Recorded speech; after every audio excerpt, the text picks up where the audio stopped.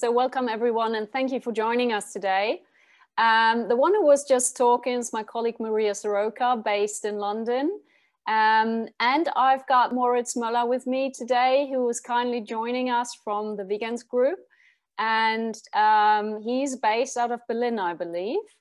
And to say a few words, quick words about Veganz, they are the only full range suppliers of vegan foods with more than 105 employees and around 28 million euros in sales, so huge, selling over 120 products in 28 countries. And Moritz, I believe you just also started to sell in Australia, right? Yes, indeed, that's right. We sell our frozen pizzas in Australia, and they start to grow traction and become more and more popular. Currently very much among the vegan and vegetarian community, but as well with the flexitarians. And we are very happy there with the sales. Yeah, great. So we teamed up with Moritz and his team to conduct a consumer survey to find out what consumers really know about plant-based foods, what do they expect from brands, and what stops them from buying plant-based foods. So we will talk about how brands can market their products a lot stronger. So why invest in plant-based? Well, Moritz can probably just nod his head. The number one reason is it's the largest area of growth within the food sector, and it's set to reach 47.2 billion by 2027. So I'm not telling you anything new if I say that the plant-based market is the fastest growing market within the food sector. And I think Veganz is the best example on how to ride this wave with consumers. So let's have a look. Why is plant-based growing? Well, plant-based growing is so fast, according to our research, because the growing awareness of the environmental impacts and health issues people have, animal welfare issues, and at the same time, innovative products that replace the known animal protein-based products and are even quite as tasty as their animal-based protein brothers, so to say. So we have a growing awareness for all these issues, and people are more prone to take to alternatives. And Moritz, what do you think? Is there anything else you think that drives this market that we haven't sort of caught with our research? No, I think this covers really the key drivers for the growth of the category, and mainly what we see as indeed the environmental impact for vegan food products, because they save a lot of carbon dioxide compared to conventional products, and people start to be more and more environmentally conscious. Right, and I saw you are doing quite a few really, really great campaigns as well, right? So you have a whole marketing strategy based around this. Yeah, actually, all of our products, they are placed under a life cycle assessment. So we know exactly how much carbon dioxide is produced per product, how much water is used, is the rainforest affected, and how is the situation about the animal welfare as well. And we compare them with 110,000 products, food products available in the German region. Wow. And we have a star rating. So 3 stars is very sustainable, 2 stars is not destroying anything, 1 star is bad. And we are very transparent in showing also when we are weak, but we are learning at the same time during the audits of our products what we can change within our products to be more sustainable. And then we implement these changes. Brilliant. Well, and I'm a huge fan of Veganz. So our study, to just give you some background on our study, in order to find answers to some of the most precious questions, like what makes consumers switch from meat and dairy to plant-based, what is it you need to keep in mind when creating new products, and how can you market existing products more effectively to consumers? We asked 200 British and 200 German consumers aged between the age of 18 to 65, using the national representative sample with quotas by gender, age, and region.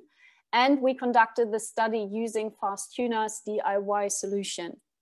So the key questions we asked in order to find out what angles can product developers and marketeers approach the segments were the common perceptions and beliefs about plant-based foods, barriers and prejudices.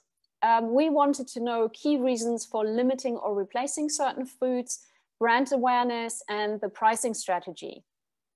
So let's have a look at general perceptions of plant-based foods first.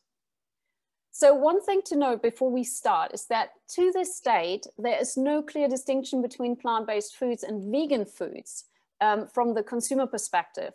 So it's very easy for brands to generalize. Now, Moritz, you guys are being a full vegan brand. So how do you see yourselves in comparison to plant-based foods? And where do you think is the great distinction that people need to bear in mind when marketing out to consumers?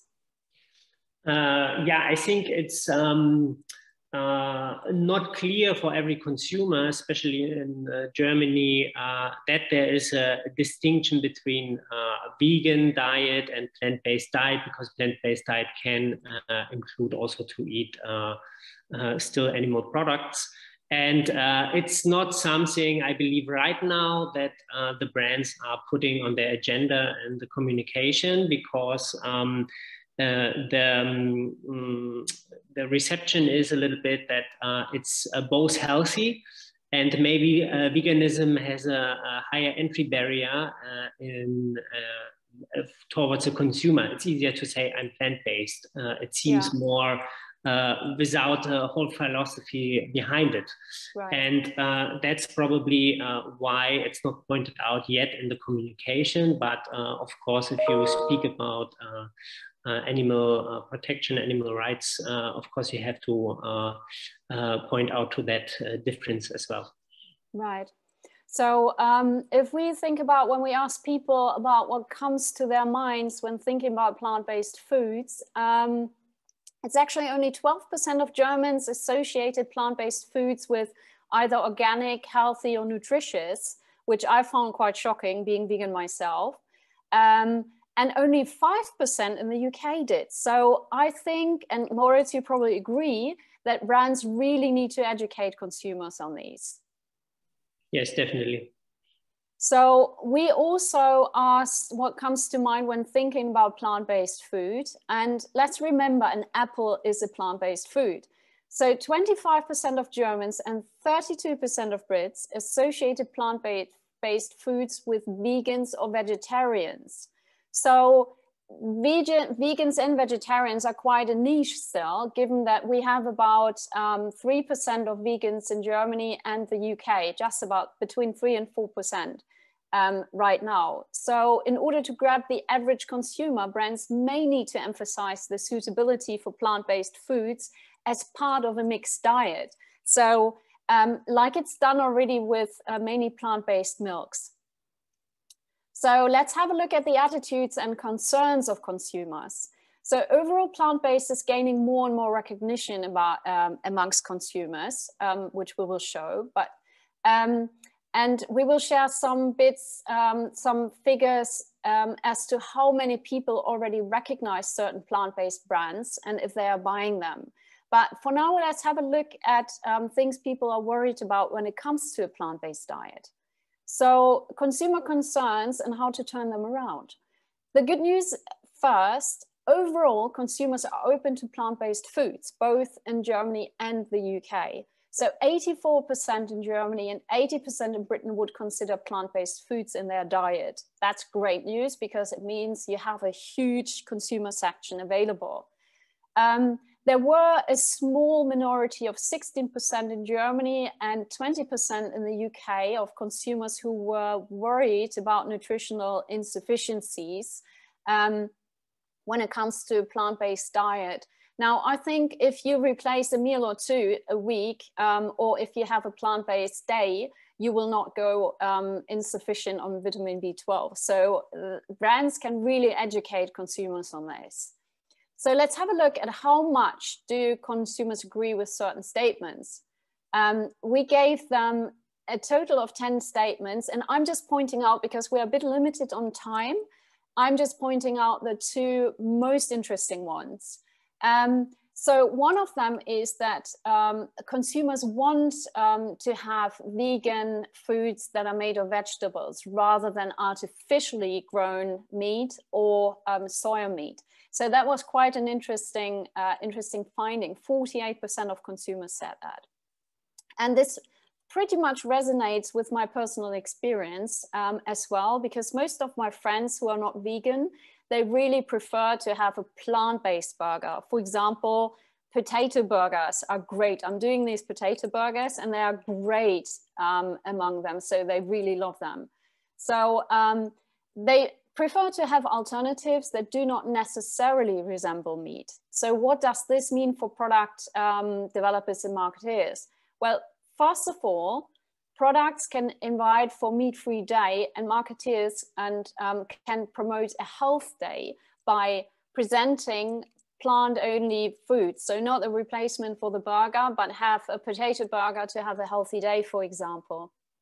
So, and also you can really play with inviting for health days, meat-free days, have like challenges like meat-free a week or something. So you can play around a lot with that.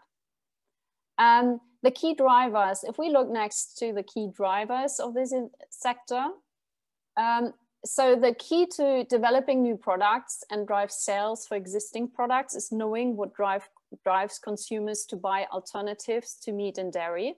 So we ask consumers, what are the key reasons for them to buy plant-based foods?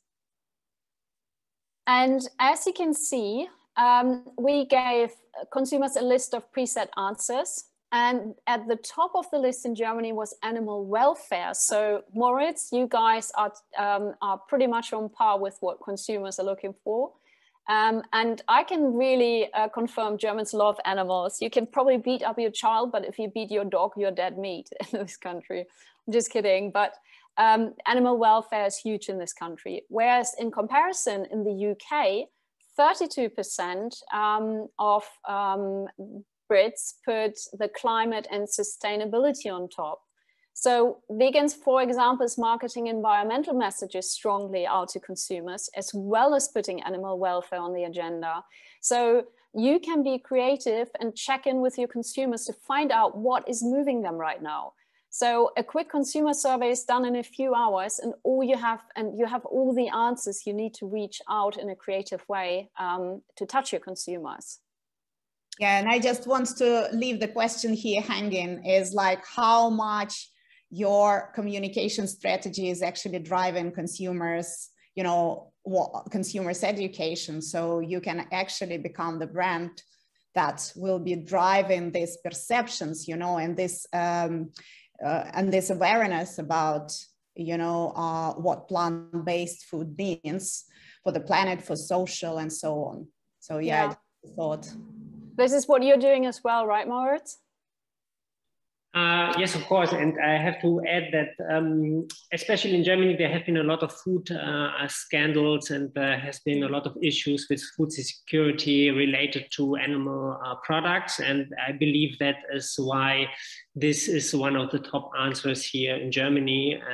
It has been over the last years, in almost every category, we found some stuffs, and yeah, the people started to become very sensitive. And I agree, it's very important to find out what moves the consumers and how can we, yeah, as brands fit to that sensation. Yeah, exactly. So thank you for those insights as well. And it's true, yeah, there were a lot of food scandals over here.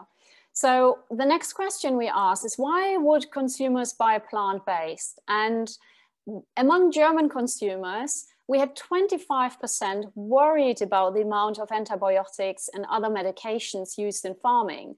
So this is very important to know, because with plant-based, we don't have these issues. Then we have 25% weight related issues. So 25% would consider a diet like this due to their weight.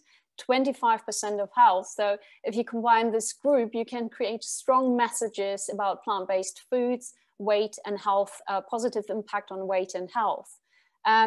So the rest, there are a few more numbers. I will not run through everything. You can read up on this in our report or check out our numbers directly.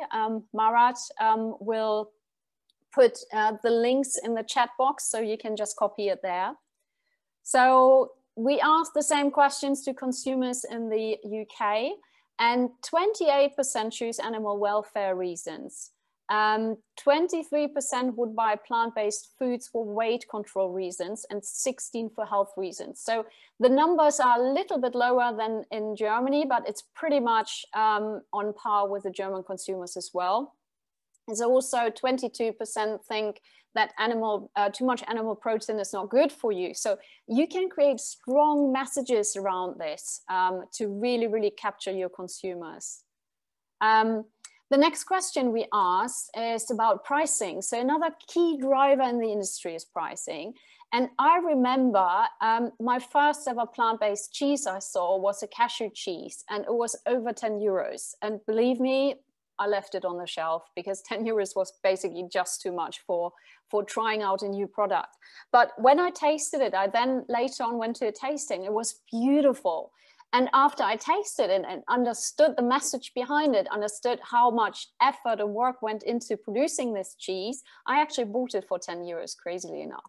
So, but pricing is a huge issue with consumers. So 44% of Brits thought that plant-based food should be cheaper than animal protein, and 34% thought that it should cost the same. Only 28% of consumers in Germany thought that it should be cheaper than animal protein, and 43% said it should be the same. So pricing plays an important role when creating your products, and you need to find out how much is your consumer willing to pay for the product you're creating. So that's very, very important, because everyone has its limit. Me being vegan, I'm probably prone to pay a bit more for good vegan foods. Someone who's on a mixed diet will probably decide for the meat product if it's cheaper and tastes about the same. So we then went on to ask, does plant-based equal vegan? And being vegan myself, I know that plant-based does not equal vegan, but do consumers know, and is it important to them? So if you have a brand positioning, and as Moritz said, they are vegan brand, but they are not marketed out to people because they want to capture a larger bit of the audience. And he is right, because 61% of Germans think that vegan and plant-based is the same. And only 42% of British consumers think the same. So it's probably best to keep your messages out as plant-based and not put it in a niche like it's a vegan product. So we next ask people if plant-based equals healthy. So do they think that plant-based products are healthy products? And in general, we wanted to know a bit more. So what do people, consumers think about following a vegan diet? So let's have a look at the results. So we asked consumers both in Britain and Germany to rate various statements, and the percentage figures you can see there are based on those who ranked a statement with 4 or 5. And as you can see, the most outstanding statements were 61% of Germans and 49% of Brits agreed, I don't believe that following a full vegan diet is good for the human body. So how can brands use this? Well, for one, by adding nutritional value and by market this. For example, like quite a number of plant milk producers are doing already. They're adding vitamin B12 so that people don't go insufficient on vitamin B12. So, and also a lot of them started to add calcium. So you can either use that angle, or as I said, if you reach out to people who are on a mixed diet, it doesn't matter. If they have a day plant-based, they will not go insufficient on vitamin B12.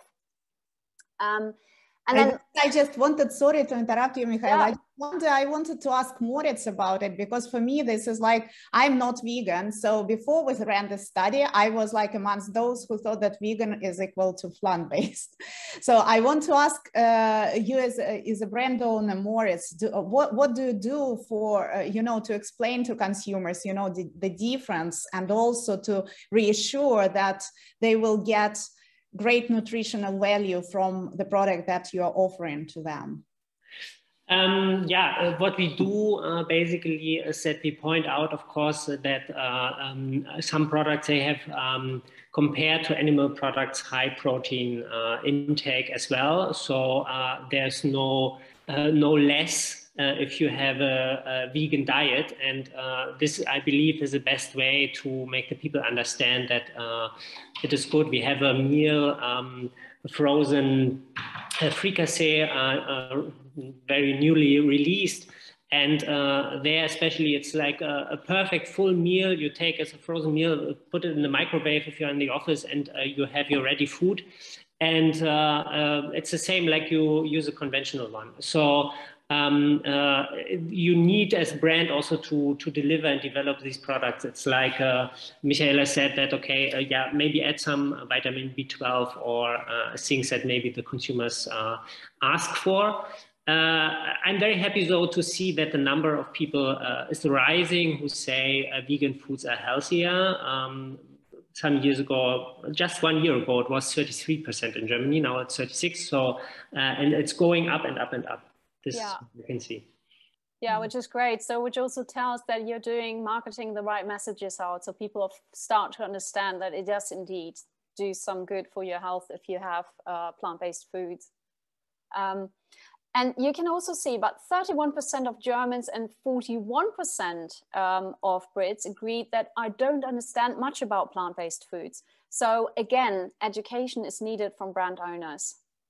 Yeah, I can support this. Please yes. educate me. We had a lot of discussions previous to running this study among ourselves, and it was very interesting to see the different point of views and how much people knew about plant-based foods.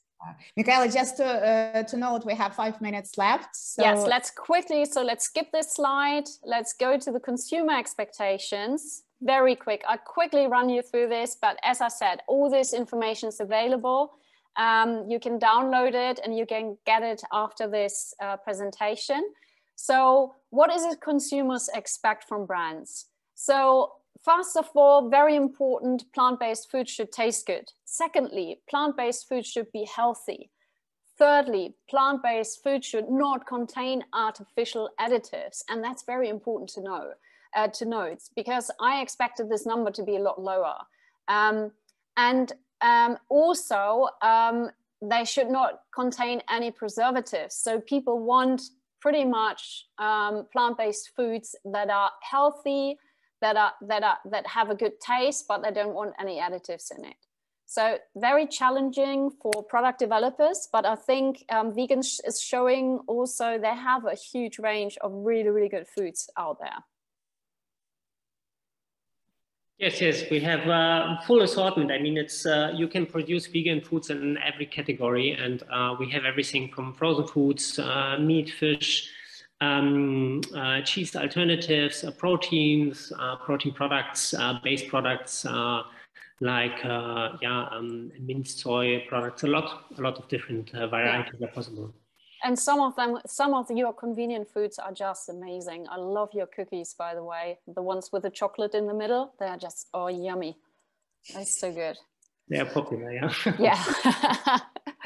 Right, let's have a look at the next slide. So the good news is plant-based is for flexitarians. So having a plant-based day or two a week is a lifestyle choice, and people agree with that. 63% of German consumers and 61% of British consumers agree with this statement, which is great news. And 45% of German consumers think that a plant-based diet is not suitable for kids and pregnant women. And also 44% in Britain think that. At the same time, if you market it out, not as a completely lifestyle, but as a day or two a week is really healthy and good for you. If you're a kid, if you're pregnant, it doesn't matter. That could be a message that could really help to educate consumers as well.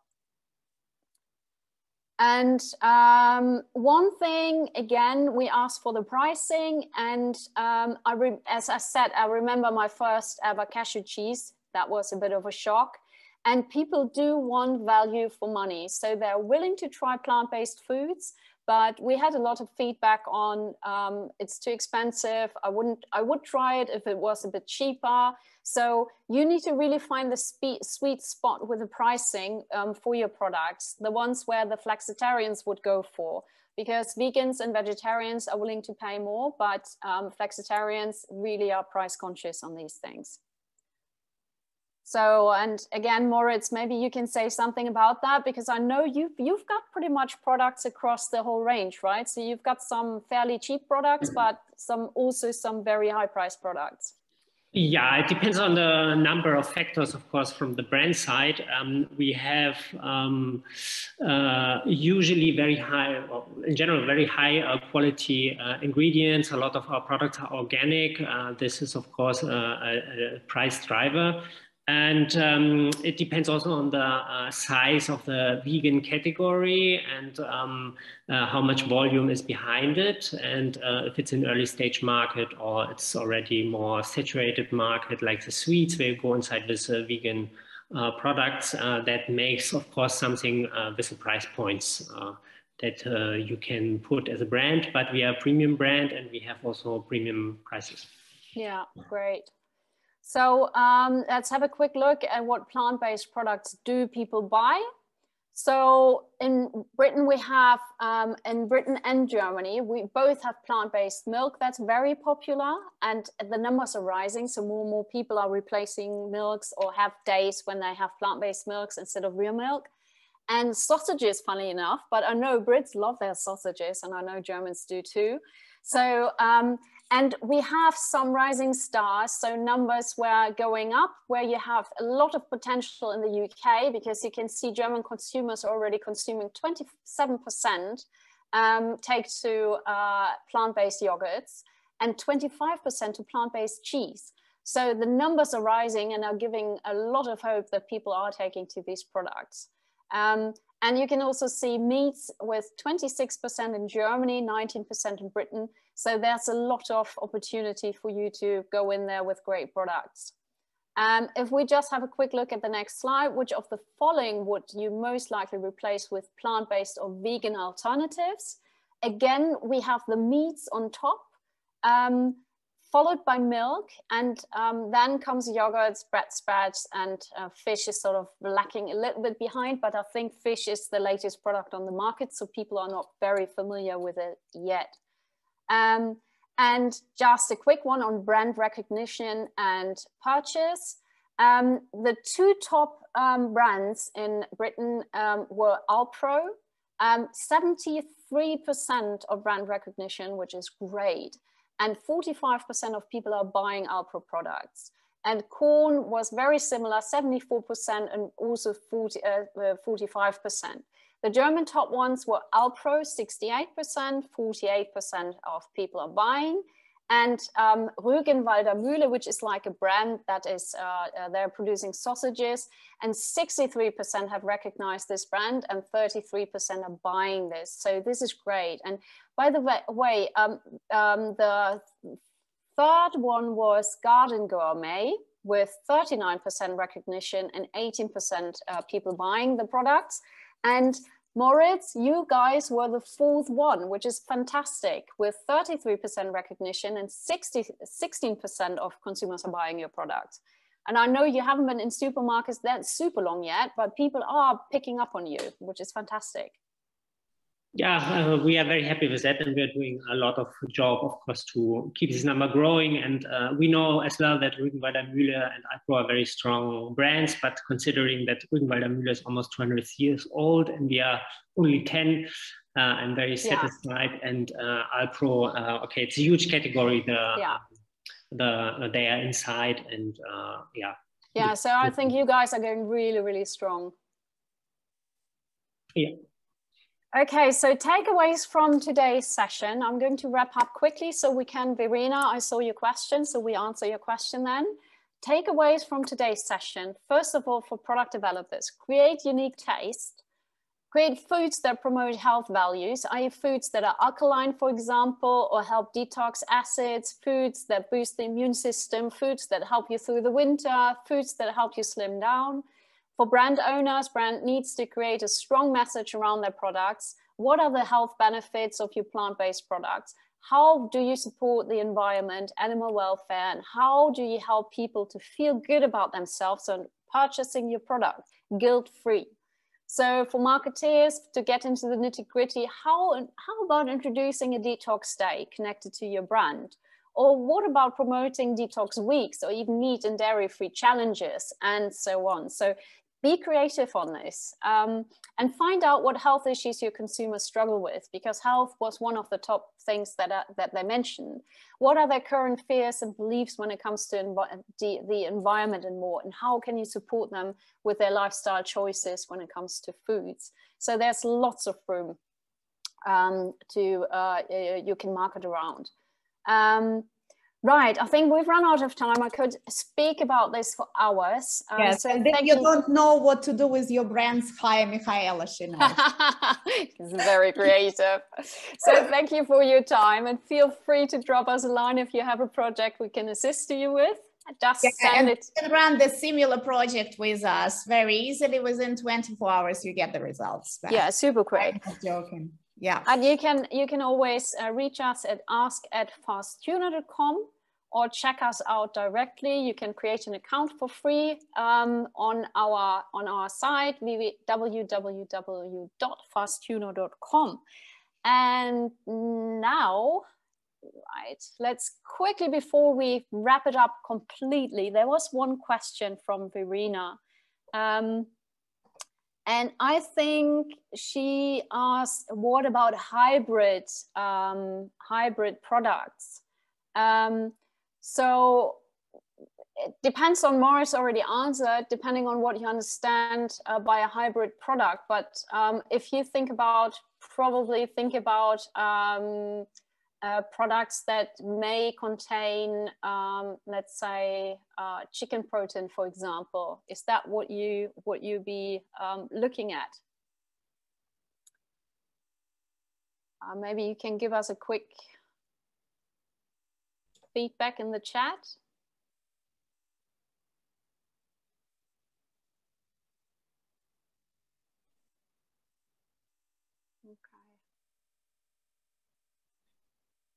Yeah, while you're talking, I just want quickly to draw your attention that we do have resources, a free resource called Method Academy, where you can learn everything about how to approach your consumers, how to get the quick and and actionable consumer insights, and a lot of more. So if you go to this methodacademy.fastuna.com, or you can scan the QR code, it will take you there. You can subscribe and get the weekly emails from us. So Verena answered. So her question basically is, okay, what about if you combine plant-based milk with dairy milk? So to have the best of, let's say, both worlds, to maybe have a product which is in taste extremely close to the conventional milk, but maybe has a different nutritional and ecological profile than the regular milk. Yeah, the question is if that would be something the consumer can understand, because it would be kind of a between two categories in terms of thinking also. And if that would be, I think you would need a lot of marketing power to market something like this at something that is needed, because you already have, especially for milk, very good alternatives, and why to make a switch back to the regular dairies. Maybe for other products, yes, of course, probably you could think of creating products that have some more animal sourcing inside. But still, we also see development towards cell-based and cultured meat coming up probably in the next 5 to 15 years, depending on if they are allowed to be sold. And there you have again animal products, but from a different source. And the consumers yet are not ready to buy them. They are not. They definitely said, when we asked that question, they said no, that is highly, they don't want that yet. And I think mixing plant milk with dairy milk, sort of, if you put animal welfare, if you get into your consumers' heads and they say 34% said animal welfare is the most important issue, this would be difficult to market the product out. So where's the benefit of having the benefits of milk, but the same animal issues? And plant-based milk, if you could create a plant-based product that serves everything you need in a milk, and replace the protein-based product. So I think hybrid products would take, as Moritz said, a lot of marketing and strong marketing. So it would be difficult to push in between those two categories. Okay. And I believe as well, today you can, this vegan products, I mean, there's a lot of innovation in food technology to make vegan products taste the same like conventional products and have the same nutritional values and the same profile that is necessary. So there's a lot of advanced development already in the food industry. And I think you can gain more quickly progress here than this hybrid products. Yeah, and I think I can understand if you sort of market animal protein-based products right now, it's difficult because the plant-based sector is growing so fast, and of course animal protein-based products are losing out because the plant-based are growing. But I think in the future, because you need to stronger, if you produce animal-based products, you need to emphasize on animal welfare. Basically, the story is the same because consumers are telling you how to do it. They tell you, put animal welfare first. Show us that the cow has horns. Show us that the baby cow is with the mother, and that you treat the animals right. And then I buy your milk, because consumers are not against the milk. They are pro animal welfare. And I think that's important to bear in mind, that we need to change the entire production line of dairy and meat in order to capture consumers again, because there's nothing wrong with meat as such, but the way we're producing it is just something consumers don't want anymore, and they don't want to support that. So I think just for those who are sort of not on the plant-based train just yet. And in an ideal world, I have to say, being vegan myself, I see everyone eat plants. And I think Moritz will agree. Yeah, definitely. Excellent. I'm so sorry for everyone who joined. I really took more of your time than I wanted to, but this is just a heartfelt, absolutely my thing. Vegan product, I love them. So I wanted to share as much information with you as possible. Please check out our report, check out the results, the study results. It's all available for you for free. And drop us a line if you have a project or if you have any further questions, and we're happy to share our knowledge with you. So Moritz, anything else you want to say? Thank you very much for conducting this study with us. It was very interesting, good working together. Really, we enjoyed it, and very impressed with the quick results. That was really great. And yeah, thanks again to be part of this. Yeah, thank you so much for joining us on this. It was an honor to work with you, Moritz. It was so smooth. Thank you so much. And I keep my fingers crossed for your success, for your ongoing success. And I love you guys. And I'm looking forward when you guys will be overspread here in the UK as well. Yeah, you can get the cookies already. I have to try your potatoes, though. It sounds very delicious. Yeah, they are. They're actually, I have to correct myself. My neighbor, who's a vegan chef, she's doing them, and they're just amazing. You can put them on the grill.